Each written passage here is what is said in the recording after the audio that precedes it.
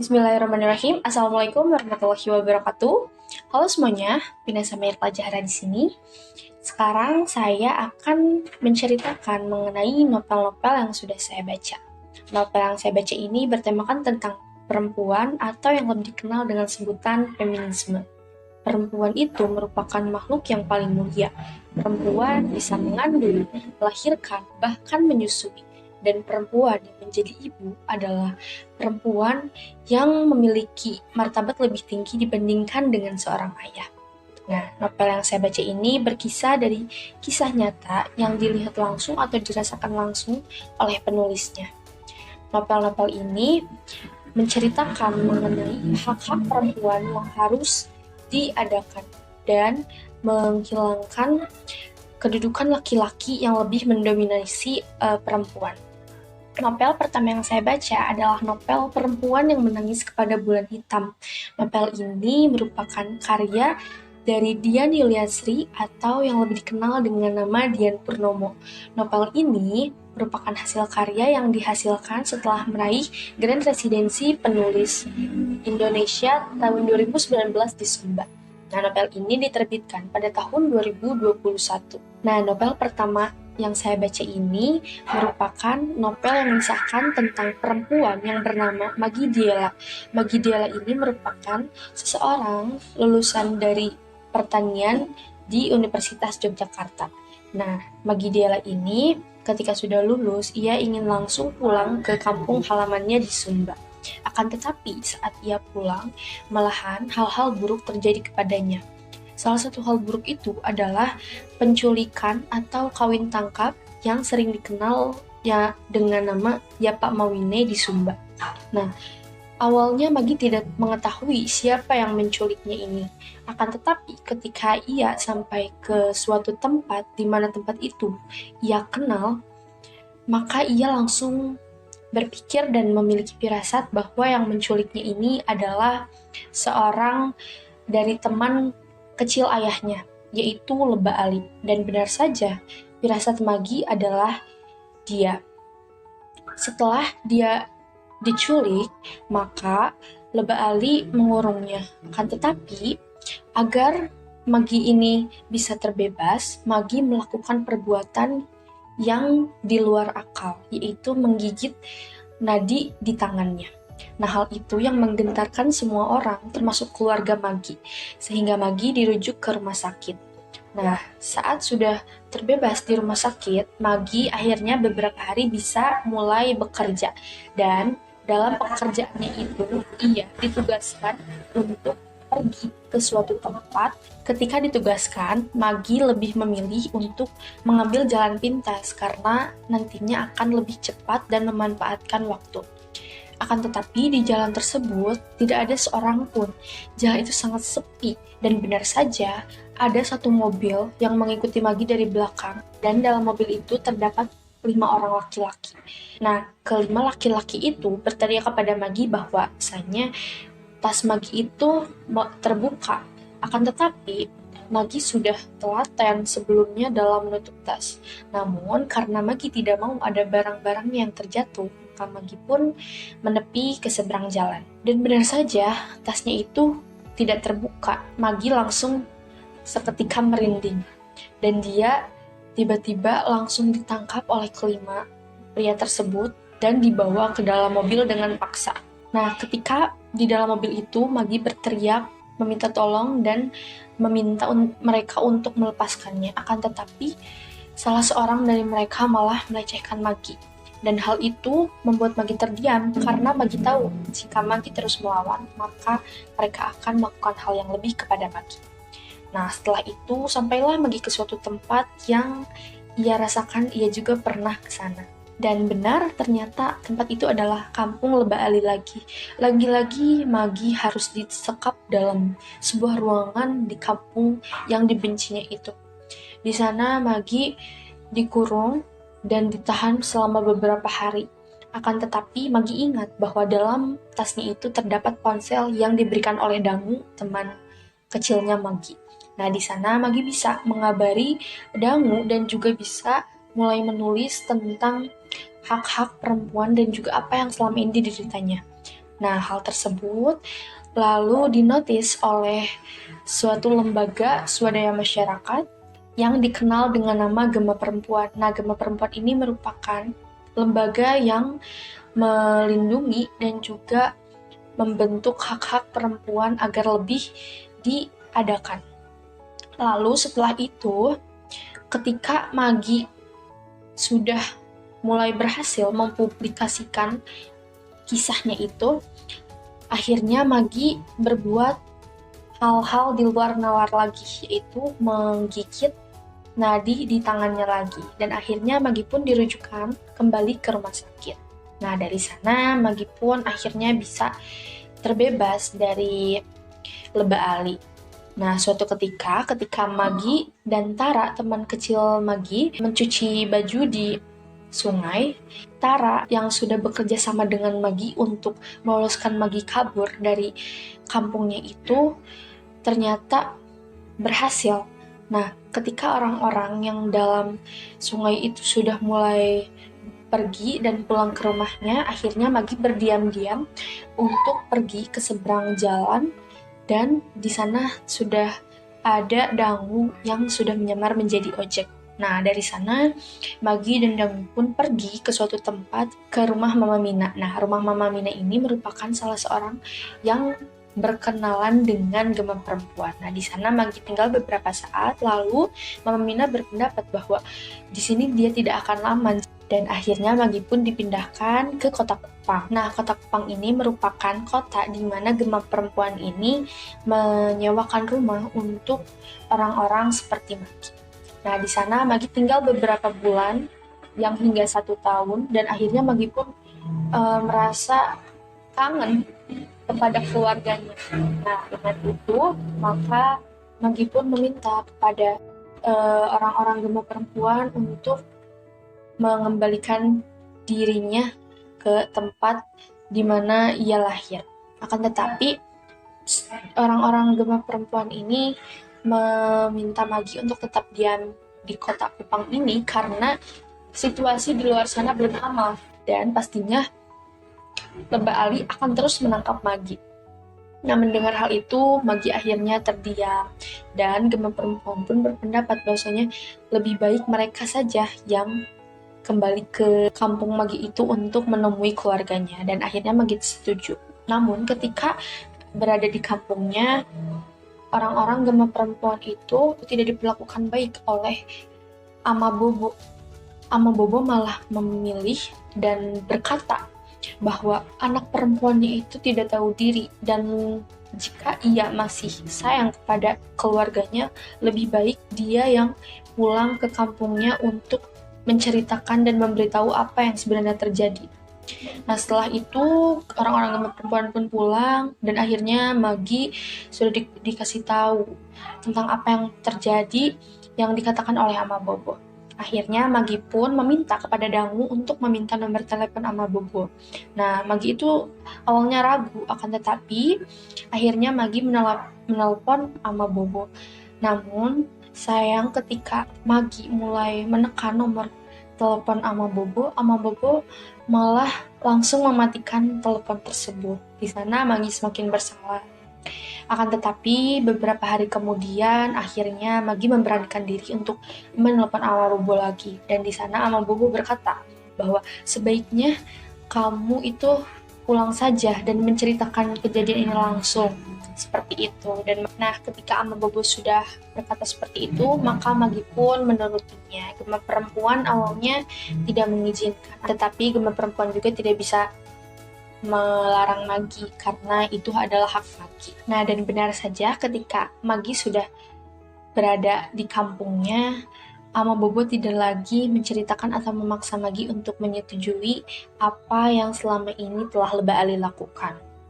Nah, akan tetapi ketika Ama Bobo jatuh sakit, Maggie dimintai permintaan untuk menikah, dan tidak ada lagi yang mau menikah dengan Maggie selain Leba Ali. Maka Maggie pun terpaksa mengiyakan karena ia takut menyesal. Dan ketika pernikahannya sudah berlanjut dengan Leba Ali, akhirnya suatu ketika Leba Ali meminta Magi ini untuk berhubungan suami istri. Akan tetapi Magi meminta bahwa Leba Ali harus menyuruh orang-orang tidak ada di kampungnya. Jadi Magi tidak mau terdengar atau terlihat oleh siapapun. Itu hanyalah alasan belaka Magi, karena Magi itu mempunyai rencana ketika nanti ia dan Leba Ali melakukan hubungan itu. Nah, ketika malamnya, akhirnya semua orang pun tidak ada di kampungnya. Saat itulah Leba Ali sangat bersemangat. Akan tetapi, di sana Magi sudah merencanakan sesuatu. Rencana yang telah dibuat oleh Magi itu berhasil membuat Leba Ali marah dan membuatnya melakukan kekerasan kepada Magi hingga Magi memiliki banyak luka lebam. Nah, dari situ ketika Leba Ali sudah lelah dan tertidur pulas, Magi secepatnya untuk keluar dan langsung lari ke kantor polisi. Nah, ketika di jalan, Magi itu tidak bisa melihat arah jalan dengan baik, dan tapi ia tetap berusaha untuk bisa sampai ke kantor polisi itu. Dan akhirnya ketika sampai di kantor polisi, mereka melihat Magi yang tiba-tiba pingsan, langsung membawanya ke rumah sakit karena melihat Magi yang sangat mengenaskan. Dan ketika Magi sudah sadarkan diri, ia langsung ditanya-tanya oleh petugas, dan akhirnya Leba Ali pun dipenjarakan. Awalnya Leba Ali sangat percaya diri karena ia bisa dibebaskan dengan mudah. Akan tetapi, karena pengawasan yang sudah diberikan oleh Gema Perempuan terhadap polisi-polisi di Sumba, maka Leba Ali pun tidak bisa melakukan apa-apa. Dan sampai saat itulah Magi tidak pernah mendengar lagi apa yang terjadi kepada Leba Ali. Nama Leba Ali sudah tidak terdengar di telinga Magi maupun keluarganya. Nah, novel ini menceritakan mengenai perempuan yang harus mengikuti adat istiadat di daerah Sumba. Seperti yang terjadi kepada SIK pada 2021, di sana dia sedang berada dalam rumahnya sendirian. Nah, di sana pula dia diculik oleh ke-6 orang laki-laki yang tidak dikenalnya. Ia dibawa paksa oleh laki-laki tersebut, dan tetangganya itu hanya bisa melihat tanpa bisa menolongnya, karena ke-6 laki-laki tersebut membawa golok, dan ketika SIK ini berteriak minta tolong atau meminta untuk dilepaskan, maka ke-6 laki-laki itu malah menjatuhkan SIK ke tanah. Nah, hal tersebut itu sangat naas terjadi, karena apa yang disebut dengan adat istiadat dari Yapamawine ini merupakan adanya persetujuan dari dua belah pihak. Sedangkan dari kisah novel yang ditulis oleh Dian Purnomo dan yang dirasakan oleh SIK ini merupakan kisah yang tidak sepatutnya untuk dijadikan adat istiadat, yang dijadikan sebagai tradisi di Sumba. Nah, karena tidak sedikit orang yang menutup mata dan telinga untuk menutup apa yang terjadi sebetulnya, karena mereka juga takut dianggap tidak mematuhi atau melestarikan budaya di Sumba. Nah, lalu selanjutnya ada pun novel kedua yang berjudul Perempuan di Titik Nol, karya Nawal El Sadawi. Nah, Nawal ini juga menceritakan tentang seorang perempuan yang berada di jeruji penjara. Nah, tokoh tersebut bernama Firdaus. Firdaus ini tinggal bersama ayah dan ibunya di desa. Ketika ia kecil, ia memiliki teman yang bernama Muhammadain. Nah, Muhammadain ini merupakan orang yang sedari dulu pernah melecehkan Firdaus. Nah, selain itu ada pun pamannya yang sekali-kali bertamu ke rumah Firdaus, dan sama seperti Muhammadain, pamannya ini suka melecehkan Firdaus. Itu dilakukan oleh mereka ketika Firdaus masih kecil. Akan tetapi ketika ayah dan ibunya meninggal, Firdaus dibawa oleh pamannya ke Kairo. Nah, di sana pamannya itu selalu melecehkan Firdaus setiap malam. Dan ketika pamannya memiliki seorang istri, pamannya itu tidak lagi melakukan hal itu kepada Firdaus. Dan anehnya Firdaus kecewa karena pamannya tidak melakukan hal itu lagi kepada Firdaus. Nah, suatu saat ketika usia Firdaus sudah remaja, Firdaus akhirnya disekolahkan di asrama.